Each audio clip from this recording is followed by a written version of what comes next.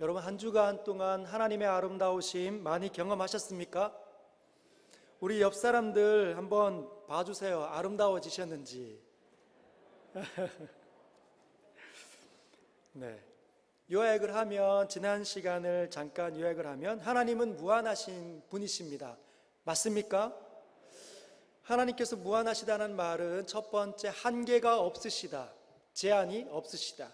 두 번째는 완벽하시고 완전하신 분이시다. 그래서 하나님 안에 있는 모든 것들은 다 무한입니다. 하나님께서 거룩하신 분이시죠. 그 거룩이 얼마나입니까? 무한이지요. 그래서 어떻게 일컬음 받으십니까?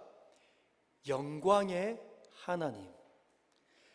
그 거룩이 바깥으로, 무한히 바깥으로 뿜어져 나오기 때문에 영광의 하나님이라 일컬음 받으십니다. 지혜가 무한하셔서 전지하신 하나님, 모든 걸 다 아시고 모든 것들의 원인과 결과를, 대안을 다 아시는 분이십니다. 그래서 전지하신 하나님, 능력이 무한하셔서 하지 못하는 일이 없으시기에 전능의 하나님이라 일컬음 받으십니다. 하나님 안에 생명이 있으시지요. 그분은 생명을 가지신 분이십니다. 생명이 얼마나입니까? 무한하신 하나님. 그래서 영원히 생존하시는 분이, 영원하신 하나님이 바로 생명이 무한하시기 때문에 우리에게 그렇게 드러나시는 것입니다. 하나님은 사랑을 가지고 계십니다. 사랑이 어때요? 무한하십니다. 그래서 하나님은 너무나 사랑스러우신 분이세요. 그 사랑스러우신 하나님이 만지는 것마다 다 사랑스러워져 갑니다. 이게 하나님의 아름다움인 거죠. 하나님은 아름다우신 분이십니다. 아름다움이 얼마나다고요? 무한합니다. 그래서 그분을 보면 감격하고 감동받고 엎드려 예배할 수밖에 없고 경배할 수밖에 없고 따를 수밖에 없고 찬양을 올려드릴 수밖에 없는 것이지요. 여러분, 아름다움이 뭘로 이루어져 있습니까? 기억나십니까? 아름다움은 균형과 조화와 질서로 이루어져 있습니다. 한번 따라할까요? 아름다움은 균형과 조화와 질서로 이루어져 있다. 하나님의 아름다움은 균형과 조화와 질서입니다. 그것이 얼마나 위대한지 하나님께서 만드신 모든 세상 가운데 다 심겨져 있고 스며들어가 있습니다. 그래서 대자연을 볼 때마다 감격스럽고 기쁘고 즐거운 것이죠. 그 대자연이 망가지면 불편하고 힘듭니다. 소리에도 하나님의 아름다우심이 있죠. 네, 오늘 우리 오케스트라와 우리 자매님이 정말 아름답게 찬양 부르셨죠? 여러분 어떻습니까? 마음이 너무 좋았죠. 이게 아름다움을 느끼는, 아름다움이 심겨져 있기 때문에 아름다움을 느낄 수 있는 것입니다. 상황과 윤리 도덕에도 스며들어가 있습니다. 그리고 오직 모든 피조물들 가운데 이러한 아름다움을 발견할 수 있고 느낄 수 있고 추구할 수 있고, 그러한 피조물은 인간밖에 없다는 겁니다. 이게 지난주에 그 하나님의 아름다우심에 관한 간략한 내용입니다. 오늘은 그 무한한 아름다움을 가지신 그 하나님께서 이 세상을 창조하셨는데 목적이 무엇인가 배워보도록 하겠습니다. 먼저 그 목적에 답을 드리겠습니다. 하나님께서는 이 천지 창조를 하나님의 영광을 위해서 행하셨습니다. 한번 따라할까요? 하나님의 영광, 하나님의 영광, 하나님의 영광을 위해서 모든 것들이 지음을 받았습니다. 소리일지라도, 상황일지라도, 윤리와 도덕일지라도. 여러분 1절을 우리 같이 한번 읽어볼까요? 시작. 태초에 하나님이 천지를 창조하시니라. 여러분 성경을 열면 가장 첫 번째 페이지에 가장 맨 위에 있는 첫 번째 절에 이렇게 성경은 선언합니다. 태초에 하나님께서 천지를 창조하시니라. 우리가 보는 모든 것들은 지으신 이가 있다. 그리고 그 지으신 이는 하나님이시다, 이런 뜻입니다. 하나님께서 모든 것들을 지으셨다는 말의 다른 표현은 이런 겁니다. 하나님께서 살아계시다. 여러분, 하나님은 살아 움직이시는 분이십니다. 여러분, 죽은 것들의 특징은 흔적을 남기지 않습니다. 그죠? 죽은 것들은 움직일 수가 없기 때문에 가만히 고정되어 있는 거죠. 그러나 살아있는 것들은 움직이면 그 살아있는 독특한 흔적들을 남기게 됩니다. 하나님께서는 살아계시는데 그 생명이 얼마나다? 무한하시다. 움직이시는데 무한한 생명력으로 움직이십니다. 그런데 움직일 때마다 어떤 흔적들이 남겨지느냐? 아름다운 흔적들이 묻어난다는 것이죠. 먼저 창조 이전의 상태를 한번 알아보도록 하겠습니다. 2절 같이 읽도록 하겠습니다. 시작. 땅이 혼돈하고 공허하며 흑암이 깊음 위에 있고 하나님의 영은 수면 위에 운행하시니라. 여러분, 하나님께서 본격적으로 자신의 이 살아있는 현장 모습들을 드러내기 전에 이전의 상태가 기술되어져 있는데 땅이 혼돈하고 공허하며 흑암이 깊은 곳에 있다고 합니다. 여러분, 혼돈 아름답습니까? 혼돈스러운 상태 보신 적 있습니까? 공허, 비어져 있는 것. 여러분, 비어져 있는 상태가 아름답습니까? 흑암은요, 깜깜한데 한치의 이 밝은 빛도 없어서 칠흑 같은 어둠이 그 속에 깊이 박혀 있으면 어떻습니까? 아름답지 않죠. 질서와 균형과 조화가 아무 곳에도 있지 않은 상태입니다. 그리고 하나님의 영은 수면 위에 운행하신다, 이렇게 표현하고 있습니다. 어미닭이 새끼 병아리를 이렇게 품고 있는 모습이 이 형상이라고 많은 학자들이 주석을 달고 있습니다. 무슨 말이죠? 하나님의 영께서 이제 막 땅과 이렇게 물로 쌓여져 있는 이 지구 땅을 어떻게 하고 있다고요? 품고 계시다는 거죠. 스탠바이 하고 있다는 겁니다. 이 땅 하나님의 명령이 떨어지면 순식간에 하나님의 말씀을 받아서 일을 하실 준비가 성령께서 하고 계시다는 사인입니다. 이제 본격적으로 주님께서 자신을 계시하십니다. 3절을 한번 볼까요? 자, 우리 3절, 4절 이렇게 읽어보도록 하겠습니다. 시작. 하나님이 이르시되 빛이 있으라 하시니 빛이 있었고 빛이 하나님 보시기에 좋았더라. 하나님이 빛과 어둠을 나누사. 하나님께서 먼저 최초에 무엇을 행하십니까? 빛을 창조합니다. 왜냐하면 원래 기초로 만들어져 있는 이 뼈대가 땅과 물기가 그렇게 가득한 지구 땅이었어요. 그런데 그 속에 뭘 드러내시냐면 모든 것들이 분별될 수 있도록 빛을 창조하십니다. 그리고 이 빛이 창조되어졌을 때 하나님께서는 이렇게 탄성을 지르셨죠. 보시기에 좋았더라. 하나님 눈에 꼭 맞았다는 겁니다. 하나님께서 목적한 대로 빛이 존재했다는 것이죠.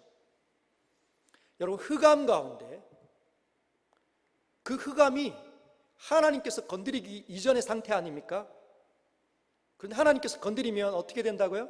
그곳이 빛으로 가득 차진다는 겁니다. 이건 우리에게 영적인 적용점을 시사하고 있습니다. 하나님께서는 어두움을 좋아하지 않습니다. 하나님께서는 어두움을 기뻐하지 않습니다. 어두움을 불편해하십니다. 왜냐하면 어두움은, 흑암은 아름다움의 모습이 아니기 때문이에요. 하나님은 무한한 아름다움을 가지고 있는 분이시기 때문에 어떻게 해요? 그 어두움을 몰아내기를 원합니다. 그래서 하나님께서 계시하시면 그곳은 밝아지게 되어져 있습니다. 왜냐하면 하나님은 빛이시기 때문이에요. 요한일서 1장 5절을 보면 사도 요한이 이렇게 복음의 엑기스를 요약을 하는데, 우리가 그에게서 듣고, 여기서 그는 예수 그리스도죠. 우리가 그에게서 듣고 너희에게 전하는 소식은 이것이니 곧 하나님은 빛이시다, 하나님에게는 어둠이 조금도 없으시다는 뜻이다는 겁니다. 하나님께서 건드리는 자마다 빛 가운데로 나오게 되어져 있습니다. 여러분, 얼굴을 이렇게 찌푸리고 다니면 야, 저 사람 표정 진짜 밝다, 너무나 멋지다, 그렇게 보여집니까? 얼굴을 이렇게 찌푸리고 다니는 사람마다 다크서클이 내려와 있죠. 근데 표정이 어둡습니다. 근데 그 사람이 하나님을 잘 믿는 모습일까요? 안팎으로 시끄럽기 때문에 그 상황에 노출되어서 고난과 어려움에 푹 이렇게 잠기게 되면 얼굴이 찌푸러집니다. 아, 못 살겠다, 아, 힘들다, 어렵다, 내려놓고 싶다. 그 모습이 하나님을 잘 믿는 사람의 말이 아닙니다. 여러분, 하나님께서 건드리면 어떻게 되죠? 얼굴이 펴집니다. 왜냐하면 하나님 빛이시기 때문이에요. 그를 어둡게 만들었던 모든 것들을 하나님 그의 눈에 분명하게 볼 수 있도록 허락하십니다. 그러면 뭐죠? 아, 이 일 이렇게 해서 일어났구나, 이 일에 대하는 이런 것이구나, 명쾌해지는 것이죠. 머리가 맑아집니다. 그게 환해지는 것이죠. 하나님 그러하신 분이십니다. 그 하나님께서 빛을 창조하시고 난 다음에 6절을 보면 궁창을 창조하십니다. 궁창이 뭐냐면 하늘이란 뜻입니다. 하늘, 빈 공간. 과거에는 최초에 이렇게 땅이 만들어지고 그 중간에 공기층 가운데 물띠가 이렇게 있는데, 그 물띠 중간을 뭘로? 궁창으로 하늘로 갈라버렸다는 거죠. 근데 하늘 위에 뭐가 떠 있습니까? 물띠가 떠 있고 궁창 밑으로 물이 쏟아져 땅 아래로 다 내려와 있습니다. 이 부분을 구별하셨습니다.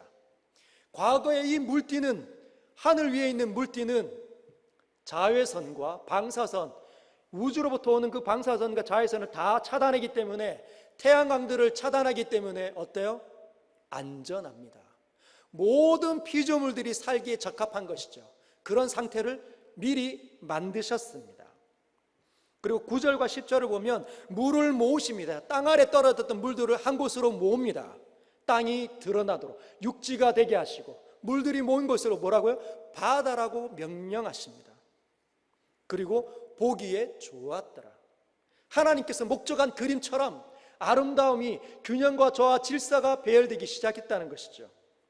11절에 보면 땅에 있는 모든 식물들을 창조하십니다. 땅에 풀과 채소와 열매 맺는 나무 종류대로 낼지어다 이랬더니 그것들이 생겨났어요. 여러분, 4월 초에 말라 비틀어져 있던, 겨울을 지났던 모든 나무들 가운데 꽃들이 폈죠. 벚꽃나무들이 곳곳에서 환하게 온 세상을 밝혔습니다. 여러분, 우리가 가지고 있는 이 벚꽃나무 종류가 몇 가지인지 아십니까? 여러분 알고 있는 벚꽃나무 이름 한번 대보십시오. 왕벚꽃나무, 또 뭐가 있죠? 산벚꽃나무, 그 다음요 능수벚꽃나무. 버들나무처럼, 버드나무 이렇게 쭉 내려져 있는 것처럼 그렇게 내려진 능수벚꽃나무. 저는 이 세 가지밖에 모르는데 학자들은 이 벚꽃나무 종류가 200여 가지가 있다고 합니다. 네, 얼마나 많은지 몰라요. 그 모든 것들이 조화롭게 배열되어 있습니다.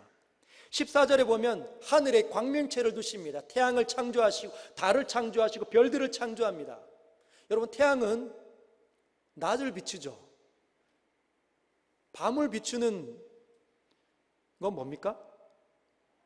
달. 여러분, 태양은 스스로 빛을 냅니다. 발광체입니다. 달은요? 달은 스스로 빛을 냅니까? 어떻게 하죠? 태양빛을 받아서 지구로 쏘는 반사체 역할을 합니다. 왜 낮에는 발광체를 두시고 왜 밤에는 반사체 달을 창조하셨을까요? 여러분, 발광체, 빛을 낮 가운데 발산하니까 태양빛 때문에 모든 것들이 밝아져 있죠. 그래서 모든 피조물들이 다 생활을 합니다. 근데 밤에도 발광체가, 달이 스스로 빛을 내면 어떻게 됩니까? 24시간 활동하게 됩니다. 그러면 모든 생명체들은 결국은 시들시들해지고 죽게 될 것입니다. 그래서 밤을 만든 이유가 거기에 있는 거죠. 밤에는 쉬어져야, 육체적으로 회복이 돼야 그 다음날 다시 발광체에 있는 태양빛 가운데서 활동할 수 있게 되는 겁니다. 그러면 왜 밤에는 반사체를 두셨을까요? 왜 빛을 내지 않고 빛을 받아서 비출 수 있게 했을까요? 그건 모든 생명체들 가운데 긴급하고 중요한 일이 일어나면 움직일 수 있도록, 모든 피조물들이 다 자야 되는데 그 중에 긴급하고 어려운 일이 일어나면 그 일을 행할 수 있도록 하나님께서 반사체 빛을 허락해 주셨다는 것입니다. 이게 하나님의 섭리고 지혜입니다. 그 밤하늘에 빛나는 별을 보신 적 있습니까? 여러분, 제주도 땅에 가서 한라산 중턱에 살아보시면 밤하늘에 별이 이렇게 많았었구나 알게 됩니다. 대도시에 사시는 여러분들은 워낙 밑에서 올라가는 빛이 환하기 때문에 밤하늘에 저렇게 많은 별들이 있는가 잘 보기가 쉽지 않죠. 여러분, 밤하늘에 반짝반짝 빛나는 그 보석과 같은 별빛을 보신 적이 있다면 어떻게 합니까? 너무너무 행복해지는 것이죠. 영감을 얻게 됩니다. 그래서 많은 사람들이 너무너무 즐겁기 때문에 노래를 짓습니다. 그리고 시를 지어냅니다. 인간이기 때문에, 그것이 아름답다는 사실을 누구보다도 정확하게 깨달을 수 있기 때문에 그런 일이 일어나는 거죠. 20절에 보면 물속에, 이 바닷속에 물고기가 만들어집니다. 하늘에는 새가 나르기 시작하는데 종류대로 가득 차서 움직입니다. 여러분, 제가 선설교하러 왔을 때 잠깐 언급해서 짧게 드렸는데 기억 못 하실 수 있습니다. 여러분, 물속에는 생명체가 살기가 원래 어렵습니다. 물속에 들어가면 다 죽어야 되죠. 숨을 겨우 참다가 한 5분 정도 참다가 숨을 들이쉬면 물이 들어오기 때문에 그 속에서는 모든 생명체들은 다 죽게 마련입니다. 그런데 그 속에서 살아갈 수 있는 생명체들을 하나님 창조해 내시는데 종류대로 하늘은 어때요? 물건을 던지면 땅 안으로 떨어지죠.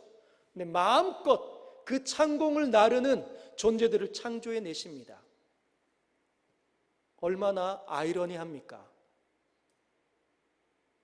하나님께서는 그런 아이러니 속에 살아갈 수 있는 모든 것들을 지으시고 창조해 내십니다. 불가능은 없음을 우리에게 시사하시는 것이죠. 24절 보면 이제 땅에 생물을 창조하십니다.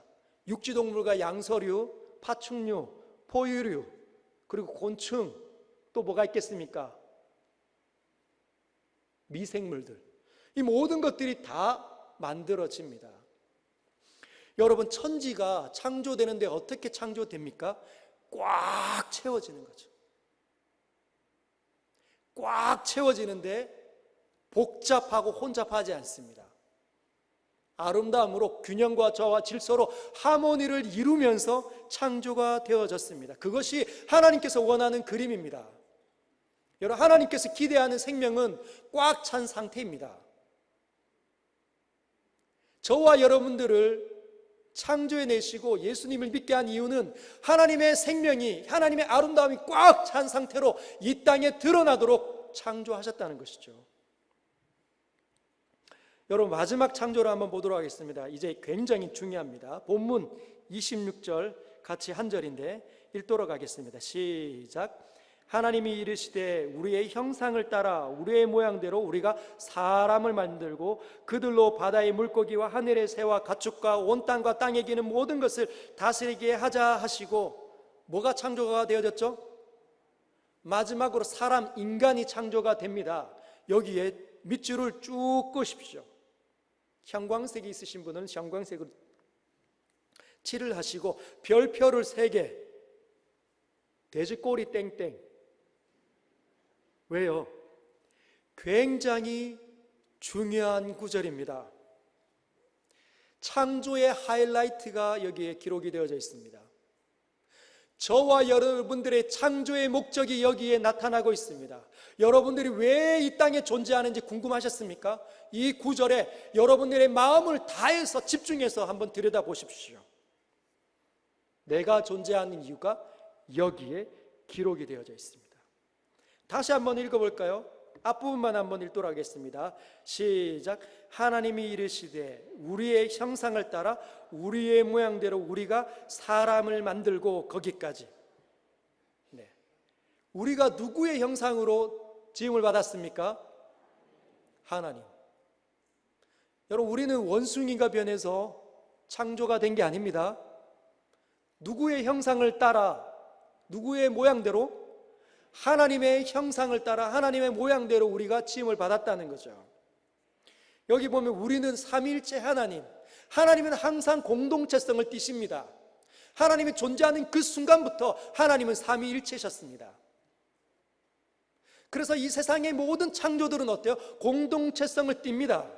가정이 공동체성을 띠고, 교회가 공동체성을 띱니다. 그리고 그것들이 흩어지는 것은 하나님께서 원하는 일이 아닙니다.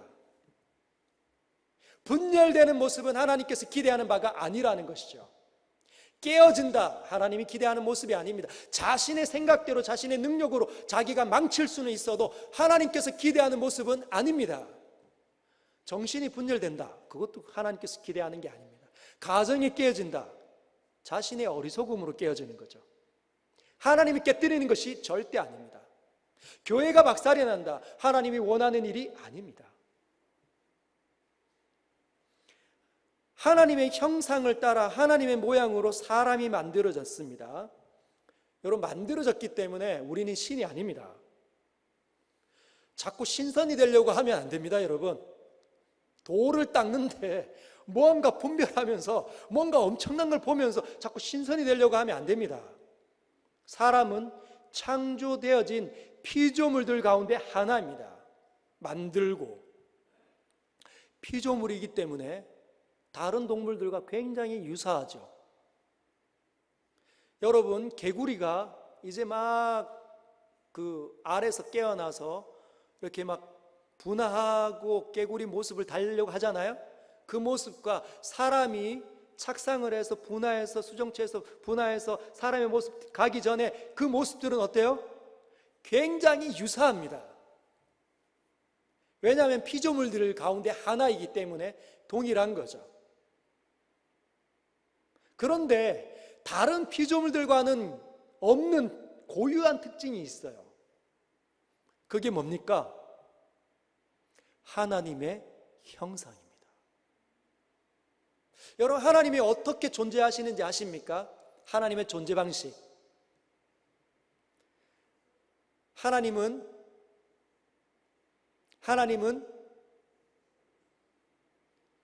아직 안 나왔습니다. 하나님은, 우리가 예배 드릴 때 어떻게 해야 돼요? 하나님은 영이시니 영과 진리로 예배할지니라. 하나님은 어떻게 존재하십니까? 존재 방식이 영입니다. 영. 우리는 어떻게 존재합니까? 물질을 가지고 존재합니다. 이 땅에 있는 수많은 것들은 다 물질을 갖고 존재합니다. 그런데 다른 동물하고는 독특하게 우리에게만 있는 하나님과 존재하는 방식이 우리에게도 주어져 있습니다. 뭡니까? 영혼이 주어져 있는 것이죠. 하나님의 형상을 따라 하나님의 모양대로 지음을 받았다 할 때 하나님께서 가지고 계신 그 존재 방식인 영이 우리에게 부어져 있습니다.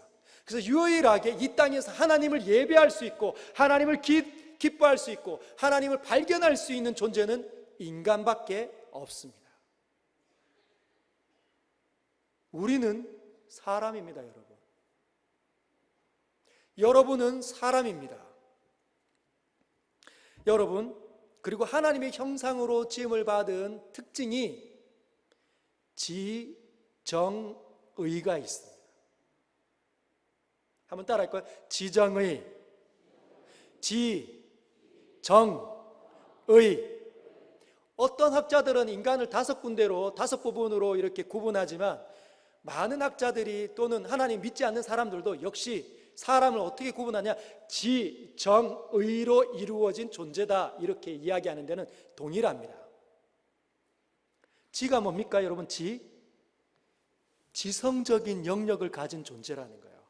이 지성은 배우고 습득하고 발견하고 추구하고 계획하는 존재로 지음을 받았다는 뜻입니다. 정은요, 전기칠할 때의 정이 아닙니다. 저는 나라 이름 정이고, 정이 뭐예요? 감정할 때의 정입니다.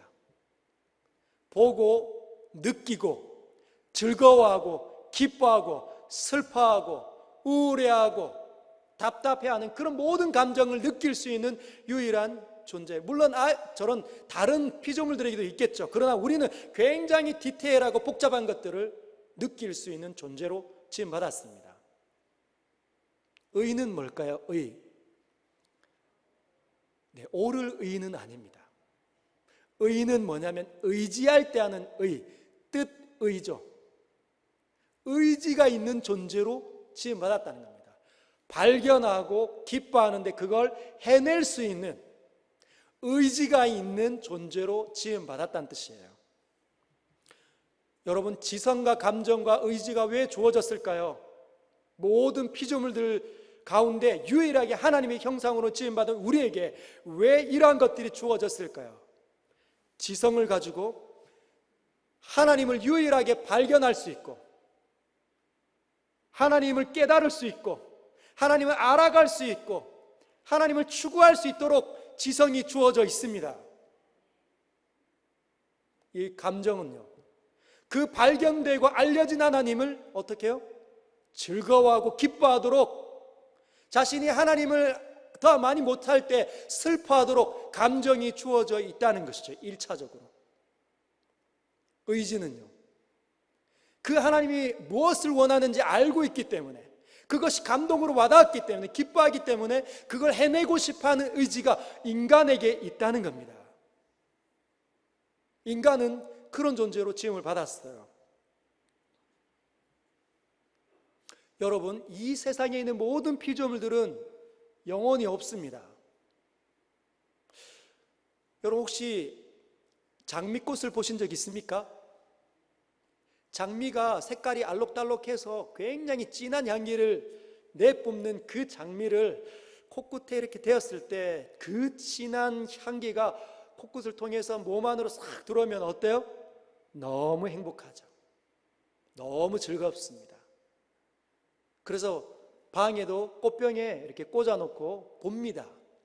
그런데 여러분, 그 진한 향기, 그렇게 아름다운 모습을 띠는 그 장미가 하나님을 알고 있습니까?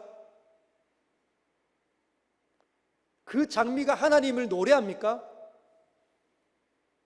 그 장미가 하나님을 기뻐하고 하나님 뜻대로 살려고 한다고 보여지십니까? 절대로 그렇지 않죠. 그러면 그 모든 것들은 어떻게 해야 하나님께 의미를 가질까요? 여기에서 중요한 원리가 있습니다. 한번 따라할까요? 대표자의 원리. 대표자의 원리. 여러분, 사람은요, 모든 피조물들이 다 지어지고 난 다음에 하나님의 형상이 있는, 하나님과 유일하게 다시 교제할 수 있도록 지음받은 유일한 피조물인데, 그가 피조물의 대표입니다. 피조물의 대표. 우리가 장미꽃을 보면서 우와, 하나님 이러신 분이셨구나, 이렇게 놀라우신 분이셨구나. 이렇게 디테일하게 이 꽃잎을 만드셨구나. 여러 개 만들어 놓으셨구나. 하나님 감사합니다. 하나님 사랑합니다. 하나님을 찬양하고 즐거워하면 어떻게 됩니까? 그 장미가, 하나님을 알지도 못하고 하나님을 노래하지도 못하는 그 장미가 나를 통해서 하나님을 알고 하나님을 기뻐하는 존재로 하나님께 인식이 되어진다는 겁니다. 이 대표자의 원리는 인간의 삶의 모든 곳곳에 스며들어 있습니다. 여러분, 우리나라가 축구 대표팀이 일본과 함께 경기를 벌이면 어떻게 됩니까? 우리나라가 막 지고 있어요. 우리나라가 지는 거지. 우리나라 그 경기팀이 지는 거지. 내가 지는 게 아닌데도 어떻게 됩니까? 마치 내가 지고 있는 것처럼 억울하고 분하고 빨리 이겨내야 돼 이렇지 않습니까? 근데 한 골 넣고 또 역전하면 어떻게 됩니까? 마치 내가 이기고 있는 것처럼 막 기분이 좋고 막 하늘을 날아갈 것 같습니다. 그 결국은 이기면 온 대방네 밤새도록 돌아다니면서 빵빵빵빵빵 누르잖아요. 대표자의 원리가 심겨져 있습니다. 하나님, 여러분, 우리는 모든 세계를 이끌도록 지음을 받았습니다. 한 번 더 볼까요? 우리 26절 한 번 더 돌아가겠습니다. 시작. 하나님이 이르시되 우리의 형상을 따라 우리의 모양대로 우리가 사람을 만들고 그들로 바다의 물고기와 하늘의 새와 가축과 온 땅과 땅에 기는 모든 것을 다스리게 하자 하시고, 여러분, 하나님의 형상으로 지음을 받아서 뭘 원하신다고요? 온 세상을 다스리도록 하나님 우리를 창조했다는 겁니다. 여러분과 저는 그냥 예수님 믿고 그냥 기도하다가 그냥 찬송 부르다가 끝이 나는 존재가 아닙니다. 우리의 존재는 뭐라고요? 하나님께서 지으신 모든 세계, 바다의 물고기와 하늘의 새와 가축과 온 땅과 땅에 기는 모든 것들을 다스릴 자로서 부름을 받았다는 것이죠. 이게 우리의 창조의 목적입니다. 여러분, 인간이 타락했습니다. 나중에 심각하게 진단하고 분석해 보겠지만 오늘은 빨리 넘어가겠습니다. 인간이 타락해버렸죠. 하나님처럼 될까 하여. 그러니까 하나님을 떠났습니다. 성경은 그것을 하나님을 잃어버렸다라고 표현합니다. 그리고 죽음 가운데 떨어졌다. 여러분, 하나님께서 생명이 무한하시기에 어떻게 한다고요? 영원히 거하시는 영존하시는 하나님이라 일컬음 받는 하나님 아닙니까? 생명의 주인이시지 않습니까? 그런 생명을 떠나면, 생명 자체를 떠나면 어떻게 됩니까? 불 보듯 뻔하죠. 죽어버리는 겁니다. 죽음의 특징들이 곳곳에서 나타납니다. 죽은 것들은 다 썩게 마련입니다. 흉측하게 변해되는 것이죠. 여러분, 사람들의 모습을 한번 보십시오. 썩어가는 냄새가 삶 속에서 진동을 합니다. 온갖 거친 말을 하고 분노를 내뱉고 사람들을 미워하고 원통해하며 남을 탓하기를 즐겨하고, 아무 일이 아닐 때는 마치 나를 사랑해 주는 것처럼 생각할 때는 다 사랑하고 품으려고 하지만 내 마음을 조금만 핥히면 절대로 전화 안 하고 삐지고 어떻게든지 간에 복수하고 싶고 대갚아주고 싶어 하는 거죠. 누가 내가 가지고 있는 재산만큼 올라오면 어떻습니까? 나보다 조금 덜 가지면 좋겠다. 사촌이 땅을 사면 배가 아픕니다. 곳곳에서 죽음의 냄새가 진동을 합니다. 가정이 위기 가운데 떨어지는 것이죠. 왜냐하면 자신의 지혜로 하려고 하니까. 한계가 많은 지혜의 원천이신 그분을 떠나다 보니까 내게 일어난 모든 것들을 해석해내기가 어려운 것이죠. 지금은 잘할 수 있는 것 같지만 잘 해내지 못합니다. 망가뜨립니다. 자녀도 망가뜨리고 부모님도 망가뜨리고 자신도 망가뜨리고 비일비재하는 거죠. 대안이 없습니다. 그런데 하나님 내버려 두지 아니하시고 어떻게 하신다고요? 그 속으로 쑥 들어오셔서 어떻게 해요? 손을 건드리십니다. 띵, 띵, 띵, 띵. 생명을 가지고 있는 분이 죽음을 맞고 있는 사람들에게 가서 생명이 비어져서 죽음을 경험하고 있는 사람들에게 손가락을 대면 어때요? 무한한 생명이 그 속으로 빨려 들어가는 거죠. 그래서 예수님을 믿을 때 우리는 뭐라고 이야기하죠? 영생을 얻었다. 그냥 생명 정도가 아니라 영생을 얻는다라고 얘기합니다. 우리의 눈은 달라야 합니다. 세상이 판단하는 것 같은 그런 시시한 기독교는 이 땅에 없습니다. 예수 그리스도께서 죽으시고 살려낸 자들에게는 엄청난 일들이 일어나게 되어져 있어요. 경험하고 있습니까? 얼마나 기대합니까?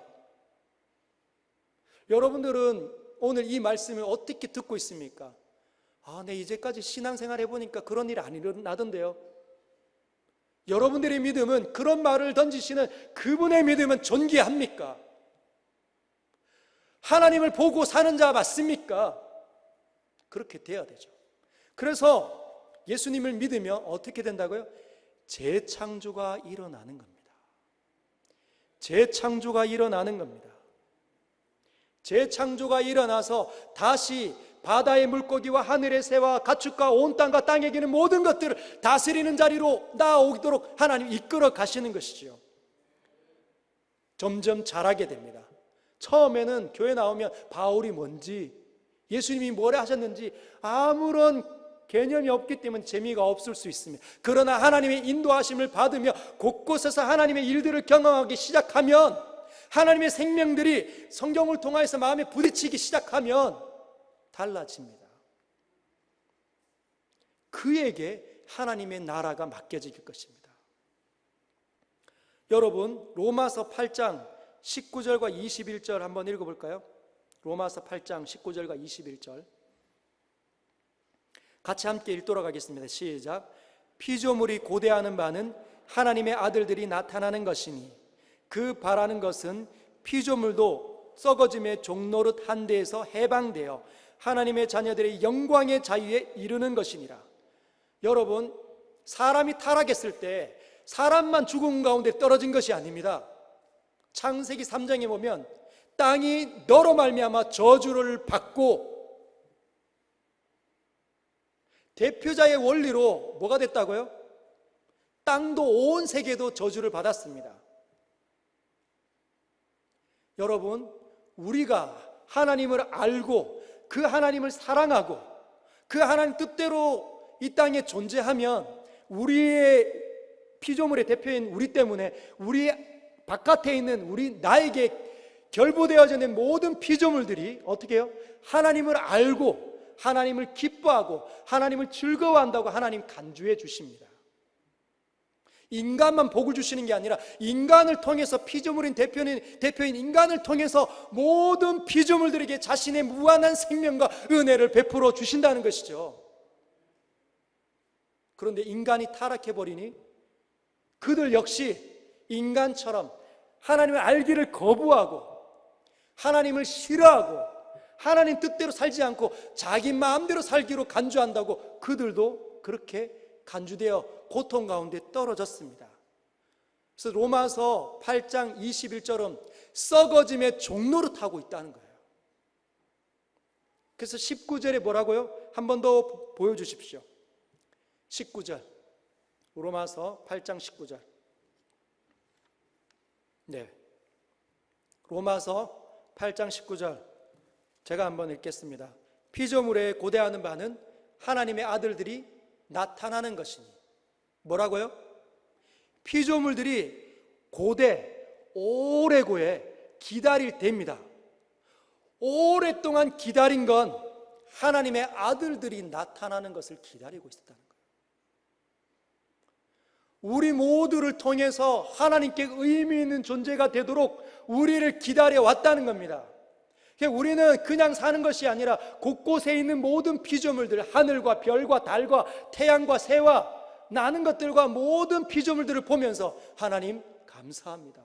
저런 것들을 지으셨군요. 하나님의 능력은 위대하십니다. 이렇게 노래해야 그것들이 하나님께 의미 있는 존재가 된다는 것입니다. 그것들이 지금까지 하나님의 아들들을 기다리고 있다는 것이죠.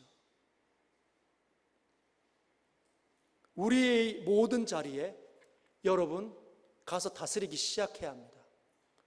첫 번째는 우리 자신을 먼저 다스릴 수 있어야 합니다. 한번 따라 할까요? 나를 먼저 다스리자. 이 방정맞은 입을 어떻게 해야 된다고요? 틈만 나면 나쁜 말이 튀어나오는 이 말을 다스려야 합니다. 틈만 나면 어둠으로 달려가려고 하는 나의 사고방식을 멈추어야 합니다. 내 남편이 왜 안 오지? 사고 당했나? 어때요? 내가 기대하는 것이 살짝만 이렇게 흐트러지면 우리는 어둠 속으로 순식간에 빨려 들어갑니다. 그러한 일들을 멈춰야 합니다. 남을 비판하는 것, 남을 정죄하는 것, 남을 탓하는 것, 이런 것을 어떻게 해야 된다고요? 멈추어야 합니다. 아름다움을 만들어내야 합니다. 아름다움을 양산해내야 합니다. 모든 저주스러운 흑암을 멈추어야 됩니다. 밀어내야 된다는 것이죠. 천불 난다. 천불 날 때 어떻게 해야 될까요? 여러분, 천불 날 때 하나님 앞에 엎드리지 않으면 여러분 천불은 더 큰 화를 가지고 옵니다. 꼭 기억하십시오. 두 번째, 가정으로 여러분 부름을 받았습니다. 가정 속에 산재되어져 있는 아름답지 못한 것들 보고 있습니까? 어떻게 하고 있습니까? 하나님을 다시 만난 사람, 재창조가 일어나서 모든 것들이 맡겨지는 사람들은 어떻게 해야 할까요? 지혜를 가지고 있어야 합니다. 다시 지혜자와 연결되어져 있기 때문에 그 기간이, 그 기회가 이어져 있어서 여러분 해낼 수 있습니다. 여러분들 스스로의 지혜를 신뢰하지 마십시오. 여러분, 엄마와 딸이 있다고 합시다. 20년 동안 주부 생활을 한 베테랑의 엄마와 중학교 1학년짜리인 어린 딸, 이렇게 두 사람에게 제가 잡채를 부탁한다고 해봅시다. 둘 중에 누가 두려워할까요? 중학교 1학년짜리 어린 딸이 두려워하겠죠. 엄마는 이전에 늘 만들어 왔던 거기 때문에 그냥 만들면 됩니다. 두려워할 필요가 없어요. 근데 어린 딸은 한 번도 해보지 못했기 때문에, 처음 접하기 때문에 두려움이 엄습합니다. 모든 사람들은 다 똑같아요. 처음 경험하는 것들은 다 두렵습니다. 군대 안 간 아이들도 다 두렵잖아요. 결혼할 때, 예식장에 들어갈 때 신랑이 어떻게 갑니까? 덜덜덜덜 떨면서 들어갑니다. 처음 해보기 때문에. 그런데 그 어린 딸이 잡채를 엄마를 통해 만드는 법을 배웠습니다. 두 사람 다 잡채를 저에게 내어놓았습니다. 그리고 난 다음에 다시 제가 그 어린 딸에게, 중학교 1학년짜리 그 어린 딸에게 잡채 한 번 더 만들어 오렴. 그러면 그 아이가 이거 잡채 이렇게 당면 넣고 삶아서 뭐 넣고 버무리고 간은 이 정도 하면 딱 맞지. 엄마에게 배웠으니까. 그 경험이, 지식과 그 경험을 통해서 뭘 갖추는 거예요? 만들어낸다면 지혜를 갖춘 겁니다. 그 경험과 지식이 그 아이에게 지혜가 된 것이에요. 다시 반복적으로 일어날 때 그 일을 잘해낼 수 있는 겁니다. 그런데 그 어린 딸이 난 못해요. 엄마, 나는 잡채 만들기가 어려워. 난 너무 무서워. 왜 목사님 나에게 이런 어려운 걸 시킨단 말이야? 그러면 어떻게 된 거예요? 그 이전에 엄마와 함께 만들었던 그 경험과 지식이 그 아이에게 지혜가 되지 못했다는 것이죠. 지혜가 되지 못하면 여전히 두려움과 여전히 걱정에 휩싸일 수밖에 없습니다. 그러면 앞뒤를 가리는 분별력이 생기지 못합니다. 하나님은 빛이신데 빛의 영역인, 지성적인 영역인 지혜가 없다 보니까 어때요? 깜깜한 거죠. 막막합니다. 부부가 또는 자녀들이 가정을 일구는데 다른 곳에서 태어나서 자라다 보니까 함께 만났네. 기호도 틀려요. 아내는 짜장면 좋아하는데 남편은 뭐예요? 짬뽕 좋아하고. 여러 다른 기호 때문에 어떻게 갈등이 생길 수밖에 없습니다. 근데 그 갈등이 일어날 때마다 지혜를 얻은 자는 어떤 걸 얻습니까? 아내를 다루어내는 지혜를 얻습니다. 아, 아내가 이렇구나. 이걸 싫어하는구나. 나는 이렇구나. 나는 아내를 못 봤구나. 나는 아내를 못 받아내는구나. 나에게는 이런 한계가 있구나. 그것을 깨달으면 그걸 다루어낼 수 있는 능력이 있어져야 합니다. 근데 그런 지혜가 없으면 미련함만 있는 거죠. 맨날 했던 일이 반복되어 일어나는데 늘 깨뜨림만 있는 거예요. 늘 탓하고 늘 정죄하고 늘 미워하고. 그러니 재창조가 일어났는데도 불구하고 가정에 하나님의 아름다우심이 심겨나야 되는데도 불구하고 어떻게 해요? 늘 깨어질 것 같은 위태위태함만 일어나는 것입니다. 우리는 그런 자리가 우리의 자리가 아닙니다. 할렐루야. 어떤 분이 그렇게 얘기하는 거죠. 목사님, 근데 너무 어려워요. 해도 안 되는 것 같아요. 내 자신이 컨트롤이 안 됩니다, 목사님. 어떻게 하면 됩니까? 그게 바로 유아기 신앙입니다. 어린아이들이 어떻게 해요? 사탕 하나 주면 야, 이리 와봐, 이리 와봐. 이거 줄게 하면 사탕 먹고 싶어, 사탕 먹고 싶어. 저거 가져야 되는데 그러고 달려간다는 거죠. 자기가 누구인지 몰라요. 자기가 어떤 한계에 있는지 모른다는 거죠. 그게 유아기의 신앙인들입니다. 이 유아기의 신앙인들은 목사인데도 그럴 수 있어요. 많이 안다고 되는 게 아닙니다. 여러분, 숱한 박사님들, 대학에 있는 무수한 교수님들 한번 보십시오. 가정이 깨어지는 가정도 얼마나 많은지 몰라요. 만물 박사가 지혜를 가지고 오는 게 아닙니다. 여호와를 경외하는 것이 지식과 지혜의 근본이거든. 하나님 앞에 통제를 받아야. 그래서 예수님께서 이렇게 말씀하시잖아요. 누구든지 나를 따라오고 싶니? 나의 나라가 위대한지 알고 있니? 영생을 소유하고 싶니? 그렇다면 누구든지 나를 따라오려거든 자기를 부인하고 자기 십자가를 지고 나를 따를 것이니라. 내 자신이 부인되려면 하나님이 보여야 합니다. 하나님의 말씀이 하나님의 음성으로 부딪혀 와야 합니다. 그렇지 않으면 졸리는 거죠. 하나님의 음성을 듣는데 해석이 되는데도 어떻게 해요? 감동이 없습니다. 지겹고 무르하고, 그래서 문 열고 나가면 늘 했던 대로 똑같이 삽니다. 하나님 믿는 사람인지 안 믿는 사람인지 구분이 안 가는 것처럼.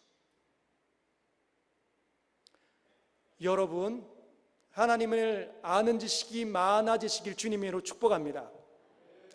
그럴 뿐만 아니라 그 지식을 가지고 살아내려고 애를 쓰시길 주님의 이름으로 축복합니다. 거룩한 습관을 심으십시오. 불순종의 아들들의 그 역사하는 영을 따라 살았던 모든 습관들 얼마나 많습니까? 찐득찐득하죠. 말 함부로 던지고 눈 함부로 부라리고 함부로 탓하고 함부로 저주했던 이 습관이 얼마나 빠른지. 자기를 감추는 일에 도 같았습니다. 인간들은 변명하는데 청산유수 같은 말들로 변명을 던집니다. 그 말 들으면 진짜 맞는 것 같아요. 거기에 속으면 안 됩니다. 진실함이 없는 거죠. 어떻게 해요? 분투해 가면서 말씀을 따라 사는 일을 해야 합니다. 내 본성이 그 말씀을 따르고 싶어 하지 않잖아요. 어떻게 하죠? 피 흘리기까지 싸워야 합니다. 사단이 태초에 아담과 하와를 유혹했잖아요. 우리를 그냥 내버려 두겠습니까? 태초에 아담과 하와는 변질되기 전에 얼마나 총명한 지혜가 있었을까요? 아름다움을 다루어내는 능력이 있었을까요? 그런데도 영락없이 유혹을 받아 떨어졌다면 우리는요, 여러분, 이 성경이 하나님의 말씀인 줄 믿으십니까? 여러분을 살려낼 수 있는 하나님의 거룩한 말씀인 줄 인정하십니까? 얼마나 읽어내고 있습니까?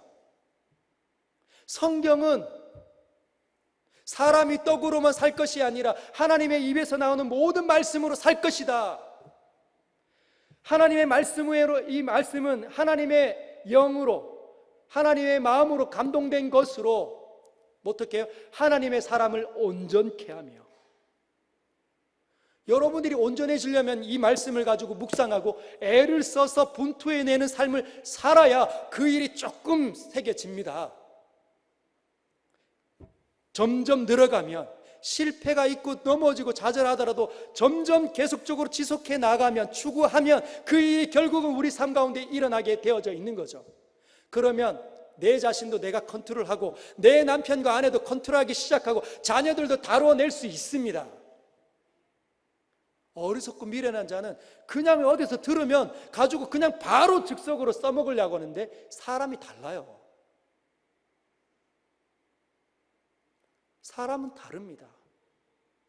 다른 방식으로 접근할 수 있어야 합니다. 그런데 그런 능력이 사람이라고 하면 다 심겨져 있다는 거죠. 왜? 하나님의 형상이기 때문에. 하나님을 알고 하나님을 기뻐하고 하나님 뜻대로 살아갈 수 있는 의지가 심겨져 있는 유일한 피조물인 인간이 바로 저와 여러분이라는 것이죠. 할렐루야. 여러분, 해내 주시길 부탁드립니다. 말씀의 사람이 되어 주시길 부탁드립니다. 말씀 앞에 굴복하시길 바랍니다. 그래서 이 세상에 하나님 때문에 사는 사람, 하나님의 아름다움을 삶의 곳곳에서 나타내는 사람으로 저와 여러분들, 이 대구 서연교회가 증인으로, 증거로 쓰임받기를 주님의 이름으로 축복합니다.